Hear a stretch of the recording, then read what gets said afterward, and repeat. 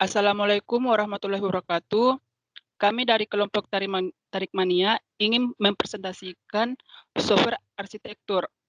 Selanjutnya ingin mempresentasikan teman saya, Edi. Oke, baik, terima kasih. Saya akan menjelaskan definisi software arsitektur adalah suatu bentuk rancangan yang berisi konsep dan desain mengenai struktur dan tekstur dari perangkat lunak yang akan dikembangkan dan yang dituangkan dalam bentuk dokumentasi struktur serta berisi komponen-komponen dari perangkat lunak yang akan dikembangkan dan hubungkan antara komponen tersebut.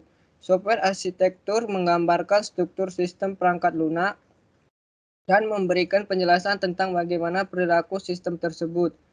Suatu sistem mempresentasikan kumpulan komponen yang menyelesaikan fungsi atau serangkaian fungsi tertentu. Dengan kata lain, software arsitektur menyediakan fondasi yang kokoh di mana perangkat lunak dapat dibangun. Selanjutnya adalah distribute system two-tier client server. Di sini ada dua, ada thin dan path. Yang pertama thin client model memiliki satu server seperti database dan HTML menjadi satu atau digabungkan semuanya. Yang kedua itu adalah path client model di mana aplikasi proses memiliki logika-logika yang digunakan untuk memproses sesuatu. Selanjutnya adalah distribute system multi-tier client server. Di sini ada contohnya, bisa dilihat. Yang pertama, klien masuk ke mobile server, itu mobile server ada akun service version, terus masuk ke database-nya MySQL. Yang terrecord adalah nama user, akun, dan database pribadi. Oke, selanjutnya akan dijelaskan oleh rekan saya. Baik, berikutnya desain praktis. 1. Menjaga pattern desain konsisten setiap layer. 2. Tidak melakukan duplikasi fungsionalitas dalam sebuah aplikasi. 3. Prefer composition to inheritance, karena inheritance menimbulkan ketergantungan yang lebih parent class sehingga membuat reuse dari child class terbatas. 4. Menerapkan style coding dan naming convention dalam development-nya. 5. Memaintenance sistem QA selama proses development. 6. Memperhatikan sisi operation. Berikutnya, key design principle. Yang pertama, separation of concern. Memisahkan layer aplikasi dari sisi fungsionalitasnya agar fitur aplikasi tidak overlap. Yang kedua, single responsibility principle. Setiap komponen hanya bertanggung jawab pada satu fungsionalitas atau gabungan fungsionalitas sejenis. Yang ketiga, principle of less knowledge. Komponen objek tidak perlu mengetahui detail dari objek lain. Yang keempat, don't repeat yourself. Suatu fungsionalitas seharusnya hanya ada satu objek dan tidak di komponen lain, sehingga menghindari copy-paste. Yang kelima, minimize upfront design. Hanya mendesain yang dibutuhkan saja. Yang berikutnya, key arsitektur style. Yang pertama, client atau server. Memisahkan aplikasi menjadi dua di mana klien membuat request ke server. Dalam banyak kasus, sebuah server adalah database dengan fungsionalitas direpresentasikan dalam sebuah store prosedur. Yang termasuk style ini diantaranya client queue, client system, atau komunikasi klien berbasis queuing server, peer-to-peer application, application server, server host, and execute application. Yang kedua, komponen based arsitektur. Memisahkan komponen aplikasi berdasarkan fungsionalitas yang reusable. Pertimbangan yang mendasarinya reusable, replaceable, not context specific, extensible, encapsulate, dan independent. Yang ketiga, domain driven design. Mendefinisikan objek bisnis ke dalam satu domain bisnis. Yang keempat, layered arsitektur. Memecahkan concern ke dalam beberapa layer aplikasi. Pertimbangannya, abstraction, encapsulation, clearly defined functional layer, high cohesion, reusable, loose coupling. Message bus, sebuah style yang menyediakan aplikasi yang bisa berinteraksi dengan menggunakan satu atau lebih channel komunikasi. Yang keenam, N-tier atau tri-tier, memisahkan fungsionalitas ke dalam aplikasi yang berlokasi di beberapa komputer. Yang ketujuh, object-oriented, arsitektur yang berorientasi objek atau memiliki karakteristik OOP. Yang kedelapan, server-oriented architecture atau SOA, arsitektur yang menempatkan fungsionalitas aplikasi ke dalam sebuah server. Selanjutnya, use case point atau UCP merupakan teknik estimasi perangkat lunak yang digunakan untuk memperkirakan ukuran perangkat lunak dalam proyek pengembangan perangkat lunak. Yang pertama yaitu ada unadjust actor. Yang pertama di sini ada simple ya, dengan definisi aktor mempresentasikan sistem lain dengan APA atau Application Programming Interface tertentu. Bobotnya itu 1, cacahnya tidak ada atau 0. Average-nya merupakan yang termasuk kategori average jika aktornya berinteraksi dengan sistem lain melalui protokol adalah manusia yang berinteraksi dengan line terminal. Bobotnya 2, cacahnya ada 3, dan kompleks jika aktor berinteraksi melalui antarmuka grafis atau GUI. Bobotnya 3 dan cacahnya ada 6. Kemudian untuk hasilnya bobot dan cacah dikalikan 1 kali 0, 2 kali 3, 6, 3 kali 6, 18. Kemudian ditotalkan hasilnya menjadi unadjusted octal weight-nya yaitu 24. Kemudian unadjusted use case weight atau UUCW yang termasuk dalam kategori simple yaitu memiliki 1-3 transaksi. Pada use case Tarik Mania memiliki use case yang memiliki 1-3 transaksi, sedangkan yang sedang ada 3 juga kompleks yang atau memiliki lebih dari 7 transaksi yaitu 0.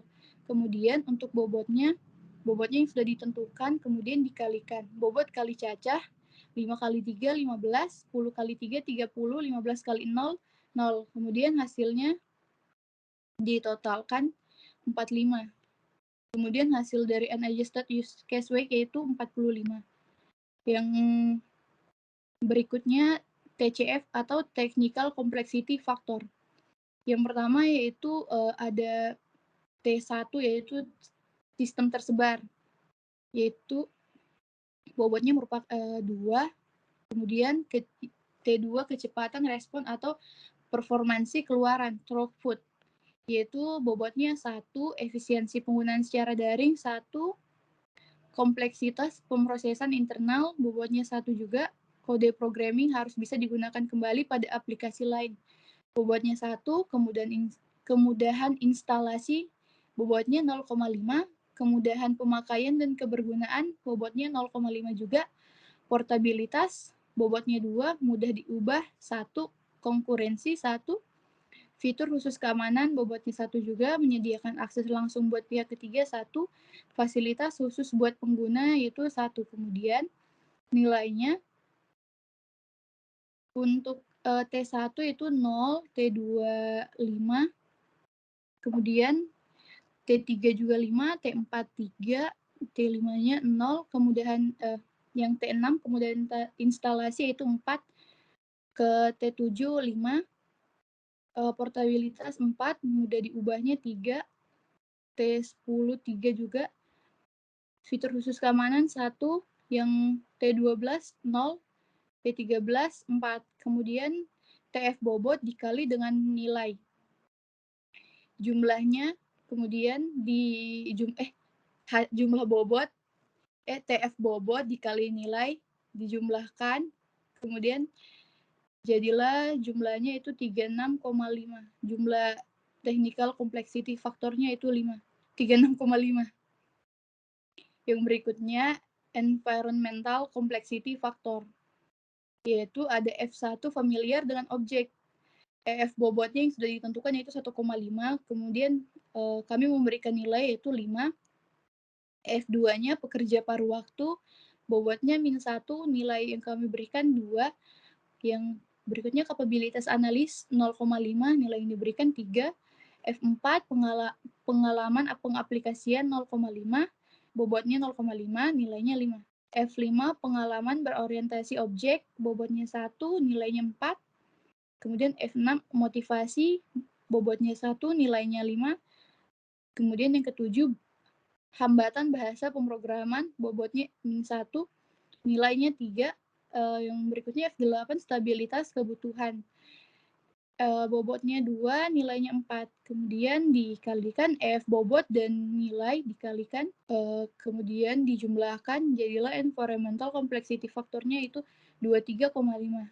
Nah, yang berikutnya untuk menghasilkan unadjusted use case point-nya itu yang sebelumnya yaitu unadjusted actor weight ditambah unadjusted use case weight yaitu 24 tambah 45 sama dengan 69. Terus yang sebelumnya technical complexity faktornya yaitu C1 dikalikan dengan C2 kali sigma 13 I sama dengan 1 kali TF bobot kali nilai.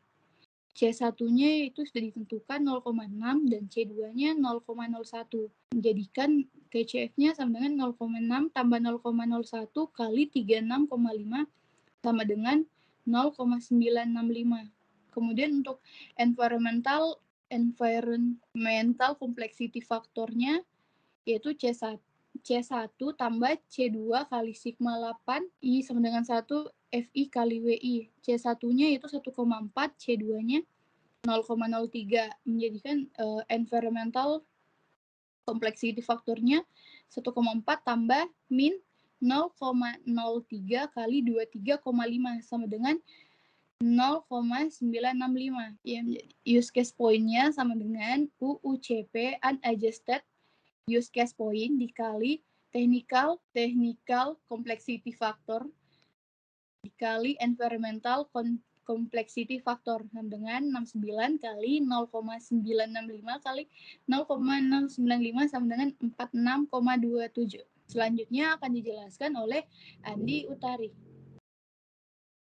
Nah, setelah kita dapat UCP-nya, selanjutnya kita akan mengestimasi effort atau usaha.